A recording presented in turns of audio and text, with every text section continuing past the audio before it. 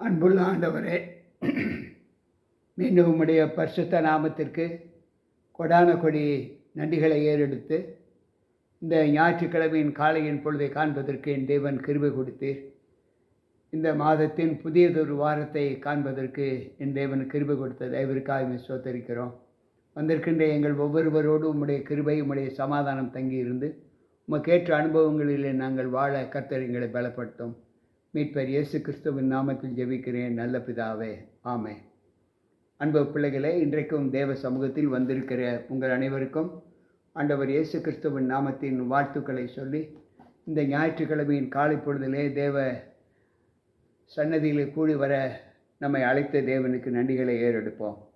இந்த நாளிலும் லூக்கா எழுதின நற்செய்தி நூல் 10வது அதிகாரத்தில் ஒரு குடும்பத்தை குறித்து ஆண்டவர் அவர்கள் எப்படிப்பட்டவர்கள் என்பதை இங்கு விவரித்து காண்பிக்கிறார். அந்த குடும்பம் லாசருடைய குடும்பம். மரியாள், மார்த்தாள், அந்த 2 பேர் சகோதரிகள், ஒரு சகோதரன் லாசரு. ஆண்டவர் எப்பொழுது பார்த்தாலும் ஆண்டவர் தம்முடைய பயணத்தின் சூழ்நிலையிலே அவர் அந்த கிராமத்திற்கு போகும்போதெல்லாம், அந்த வழியாக போகும்போதெல்லாம் அந்த கிராமத்திற்கு செல்லுகிற வழக்கம் அவருக்கு இருந்தது. ஒரு சமயம் அந்த ஆண்டவர் மார்த்தாளுடைய இல்லத்திற்கு கடந்து செல்லும்போது மார்த்தாள் அவரை உபசரிக்க வேண்டும் என்று சொல்லி பலவித வேலைகளில் ஈடுபட்டு இருந்தார். அவளுடைய சகோதரியோ மரியாள் ஆண்டவருடைய பாதத்தில் அமர்ந்து வேத வாக்கியங்களை கேட்டுக்கொண்டிருந்தார். இதை பார்த்த மார்த்தாள், ஆண்டவரே, நான் மட்டும் துன்பப்படுகிறேன், கஷ்டப்படுகிறேன், அவளை எனக்கு உதவிக்காக கொஞ்சம் அனுப்பும் என்று சொல்லுகிறார். அப்பொழுது ஆண்டவர் சொல்லுகிற வார்த்தை, தேவையானது ஒன்றே, மரியாள் தன்னை விட்டு எடுபடாத நித்திய பங்கினை தெரிந்து கொண்டாள் என்று அவர் சொல்லுகிறார். லூக்கா 10வது அதிகாரம் 41, 42 வசனங்களிலே இந்த வாசகத்தை நாம் வாசிக்கலாம். அன்பு பிள்ளைகளே, ஆண்டவர் சொல்லுகிற வார்த்தை தேவையானது ஒன்றே. இந்த லோகத்தில் நாம் வாழ்கிற காலங்களில் நமக்கு கொடுக்கப்பட்டிருக்கிற ஜீவிதத்தின் அனுகூலங்கள் ஒன்றுதான் என்று ஆண்டவர் சொல்லுகிறார். அந்த ஒன்று என்ன என்றால், இங்கு யோவான் எழுதின நற்செய்தி நூல் 6வது அதிகாரம் 27வது வசனம் இப்படி சொல்லுகிறது, அழிந்து போகிற போஜனத்திற்காக அல்ல, நித்திய ஜீவன் வரைக்கும் நிலை நிற்கிற போஜனத்திற்கே கிரியைகளை நடப்பியுங்கள். அதை மனுஷகுமாரன் உங்களுக்கு கொடுப்பார். அவரை பிதாவாகிய தேவன் முத்தரித்திருக்கிறார் என்றார். நாம் அழிந்து போகிற போஜனத்திற்காக அல்ல, மார்த்தாள் அழிந்து போகிற போஜனத்திற்காக தன்னுடைய நேரத்தை செலவழித்தார். ஆண்டவர் சொல்லுகிறார், அழிந்து போகாத இருக்கிற போஜனத்திற்காக, அதாவது தேவனுடைய வசனத்திற்காக நீங்கள் உங்களை ஒப்புக்கொடுங்கள் என்று சொல்லுகிறார். அப்படி ஒப்பு கொடுக்கும்போது நீங்கள் ஆண்டவருக்குள்ளாக முத்தரிக்கப்பட்ட பிள்ளைகளாக காணப்படுவீர்கள் என்று அங்கு ஆண்டவர் சொல்லுகிறார். மேலும் 51வது சங்கீதத்திலே அவர் சொல்லும்போது 4வது வசனத்தில் அவர் சொல்லுகிறார், தேவரீர் ஒருவருக்கு விரோதமாக நான் பாவம் செய்து உமது கண்களுக்கு முன்பாக பொல்லாங்கானதை நடப்பித்தேன். நீர் பேசும்போது உம்முடைய நீதி விளங்கவும், நீர் நியாயம் தீர்க்கும் போது உம்முடைய பரிசுத்த விளங்கவும் இதை அறிக்கையிடுகிறேன். தேவரீர், நீர் பேசும்போது, நீர் வரும்போது உம்முடைய ராஜ்யத்தை குறித்த சிந்தை மட்டும் என்னுடைய உள்ளத்தில் இருக்க வேண்டுமே தவிர உலக சிந்தைகளிலே நான் என்னை ஒப்புக்கொடுக்க கூடாது என்று அங்கு சங்கீதக்காரர் பாடுகிறார். அன்பு பிள்ளைகளே, இன்றைக்கு நம்முடைய வாழ்க்கையில் தேவ வார்த்தைகளை ஏற்றுக்கொள்ளக்கூடிய மனப்பக்குவத்திலே நாம் இருக்கிறோம் என்று சொன்னால், நாம் என்ன சம்பவங்களை தேவ சமூகத்தில் நாம் செய்ய வேண்டும்?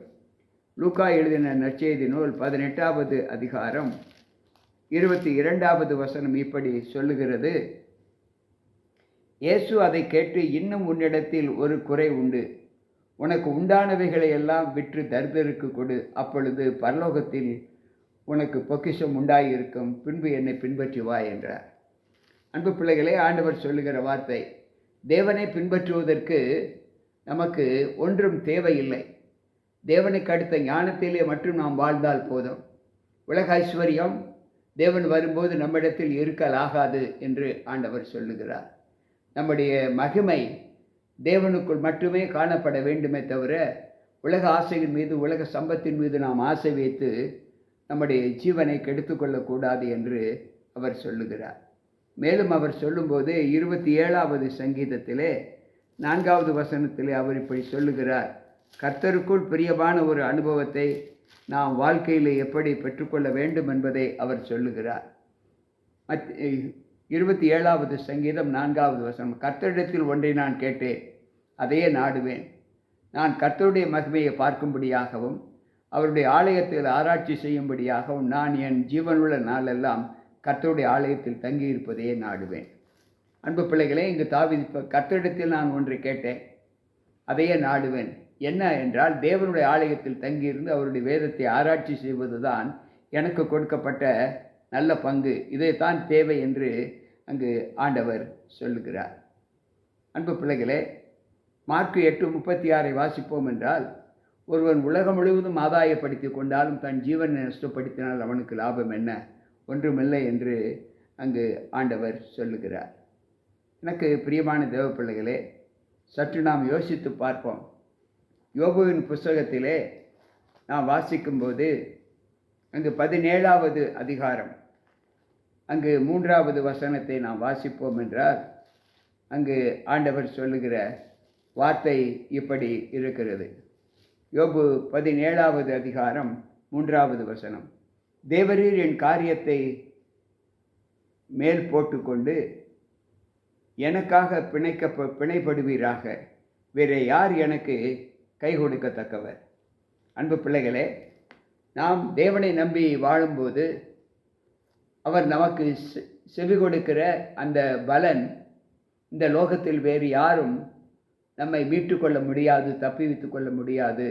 நமக்கு சகாயம் செய்கிற வேறு யாரும் இல்லை, அவர்தான்.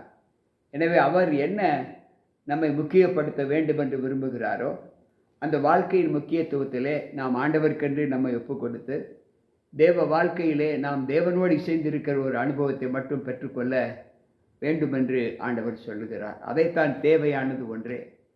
தன்னை விட்டு எடுபடாத நல்ல பங்கு என்றால் தேவனுடைய வார்த்தைகளை தியானித்து தேவனுக்கு மட்டும் செவி கொடுக்கிற ஒரு அனுபவத்தை பெற வேண்டும் என்று ஆண்டவர் இந்த நாளின் சத்தியத்திலே நமக்கு கொடுக்கிறார். கேட்டுக்கொண்டிருக்கிற அன்பான தேவ பிள்ளைகளே, உங்களுக்கு தேவையானது என்ன? உலக ஆசையா அல்லது நல்ல ஐஸ்வர்ய வாழ்க்கையா? இல்லை, அவையெல்லாம் அழிந்து போகும். அழிந்து போகிற போஜனத்திற்காக அல்ல, என்றென்றைக்கும் அழியாத ஜீவனுள்ள போஜனத்திற்காக, அதாவது தேவனுடைய வசனத்திற்காக நாம் நம்மை ஒப்புக் கொடுத்து அதிலே அவர் முத்தரிக்கப்பட்டு இருக்கிறார் என்று வேதம் சொல்லுகிறதே, அந்த வாழ்க்கையை நாம் வாழ தேவ சமூகத்தில் நம்ம ஒப்புக் கொடுப்போமா? ஜெபிப்போம். அன்பு ஆண்டவரே, உம்முடைய வார்த்தைகளை கேட்ட எங்கள் ஒவ்வொருவருக்குள்ளும் உம்முடைய கிருபை இருந்து எப்படி மரியாள் தன்னை விட்டு எடுபடாத நல்ல பங்கினை தெரிந்து கொண்டாலோ, தேவையானது ஒன்றே என்று தெரிந்து கொண்டாலோ, அதே போல நாங்களும் எங்களுக்கு தேவையான ஒன்றை நாங்கள் தெரிந்து அந்த நல்ல பங்கிலை நாங்கள் பிரவேசிக்க கர்த்தர் எங்களை ஒவ்வொருவரையும் பலப்படுத்தும். கேட்டுக்கொண்டிருக்கிற ஒவ்வொரு பிள்ளைகளோடு உம்முடைய கிருபை இருந்து பாதுகாத்து கொள்ளும். மீட்பர் இயேசு கிறிஸ்துவின் நாமத்தில் ஜெபிக்கிறேன் நல்ல பிதாவே, ஆமென். அன்பு பிள்ளைகளே, கேட்ட வார்த்தைகள் நம்முடைய விசுவாச வாழ்க்கைக்கு மிகுந்த பலன் கொடுக்கக்கூடியதாக இருக்கும் என்று நான் கர்த்தருக்குள் நம்புகிறேன். கர்த்தர் உங்களோடு இருப்பாராக. மீண்டும் நாளை சந்திப்போம். உங்கள் போதகர் ஜி.கே. ராபர்ட். ஆமென்.